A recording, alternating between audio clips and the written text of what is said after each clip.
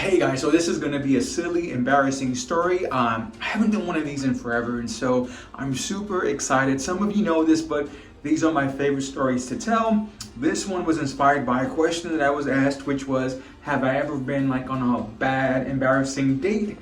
I'll call this one a bloody massacre date, maybe something like that. Give me a like while the intro plays. Told you this was gonna be tough, but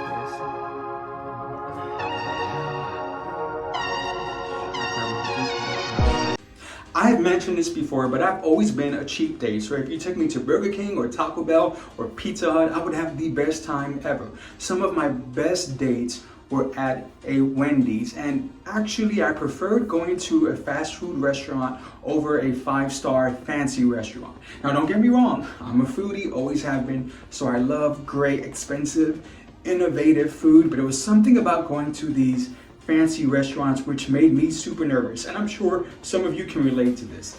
Especially like on a date, especially on a first date, it's kind of like, you know, you want to put your best foot forward and be the best version of yourself. And for me, part of that was being super interesting, super interested in the other party, and so silence was like a killer. And these fancy restaurants, they're built for that. They want to provide this romantic, dimly lit, quiet environment. It's a good thing. But for someone with low self-esteem like me, that was a killer.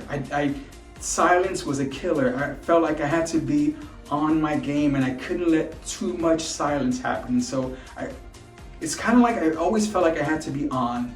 And because of that, it took me out of the moment to where I don't even remember a lot of those dates at the fancy restaurants. But Wendy's, with the noise and the kids and all that stuff, it allowed me the opportunity to just be calm and chill and to connect easier. So yeah, always been a cheap date. So when I get nervous, I'm kind of careless and I'm haphazard with different things, and I don't know, I kind of like not the best version of myself. I mentioned this before, but the first time I went to a nice restaurant, it was on a date, and so we ordered this bottle of sparkling water, and I remember just the bottle itself was so beautiful. It was blue and just kind of like, you could tell the bottle was expensive.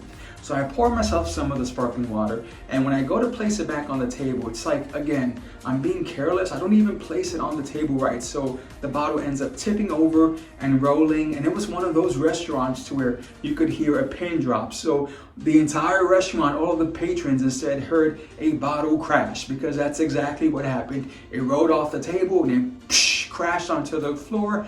Everyone's looking at me. I am super beet red, embarrassed. So yeah, not a good first date for me. But this story is about another time, and this was a few years later, but I'm still young at the time. And I go to a nice restaurant on a date, and so we park. Now, when I went to open the door, when I go to shut the door, there was something sticky on the door. So my hand kind of just goes with the door, and instead of just yanking it off, I kind of let the hand go, and then door closes on my hand. Now, not just bumps, but closes. So I'm freaking out, thinking I've chopped off my finger. So I open the door quickly, I look at my finger, and I could see to where it's red and I can feel it pulsating, but other than that, it kind of looks fine. So I'm thinking, whew. So we go into the restaurant, we're at the host stand, I still feel it pulsating. I look down and now I see blood is starting to pour out of this slit in my finger.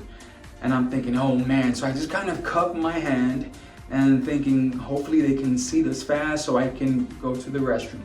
So that's what happens. They see this, I excuse myself, go to the restroom, and now at this point, my hand is full of blood. So I kind of quietly make my way to the restroom, wash it off, and I take a paper towel, wrap it around, and I go back to my date. Again, still like trying to be I have this amazing date, but I'm not gonna say that I was gonna faint, but I do start to feel lightheaded and thinking like, oh no, but I'm trying to power through. At a certain point, the waiter comes over and he's like, I don't even know how to say this, but are either one of you bleeding? So my date's like, no. And at this point, I'm like, oh man. So I'm like, me. I'm like, what's the situation? And he's like, oh, there's blood on the floor. So I'm like, wow. So I look, and guys, I kid you not, it wasn't like blood dripping. There was so much blood. Like, I was so focused on my hand and the blood that was cupped in my hand, I didn't realize how much blood was actually spilling over. Again, the amount was crazy. I couldn't believe how much blood all over the floor. Now I'm super embarrassed. The waiter grabs a mop, and now here, I'm like, please, because to me it was like super gross. I'm like, do not let me clean up my own blood. You have to let me do this. Please give me the mop. We're having this discussion. So on this date at this beautiful restaurant where I should have just been totally into my date, now here I am arguing with the waiter about cleaning up my blood. It was crazy. Now, yeah, after that, well, actually, I don't know if you guys can see, but I ended up hurting myself more than I thought initially. So this is just the back side of where the door closes. If you can see my fingernail, it's never grown right since that day. There's like this white part that no matter how much it grows and I clip it off, that area just stays white. I don't know what that is, but again, that's the back side.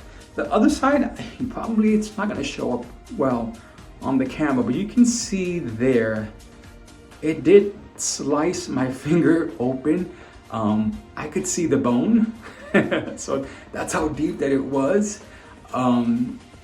Didn't go to the hospital. I just wore band-aids for like a few months until it healed on its own.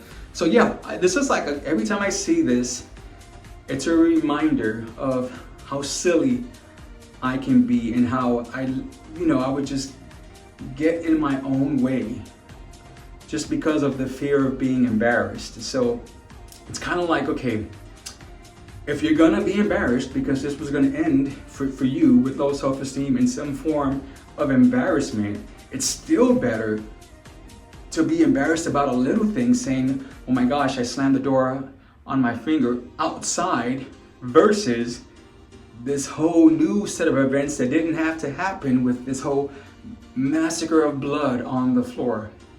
So yeah, to me, it's like I look at that, I'm like, whenever I'm embarrassed or I'm ashamed to say something, it's like, say it now before you have to be embarrassed over a bigger thing. Because most of the time when something like that happens, it always ends up getting worse and worse. So it's better to be embarrassed early on when things are small than later on when they become these huge things. So yeah, every time I see this fingernail, I'm reminded of that. And whenever I have to face an embarrassing moment, I look at this finger and I'm like, just do it now.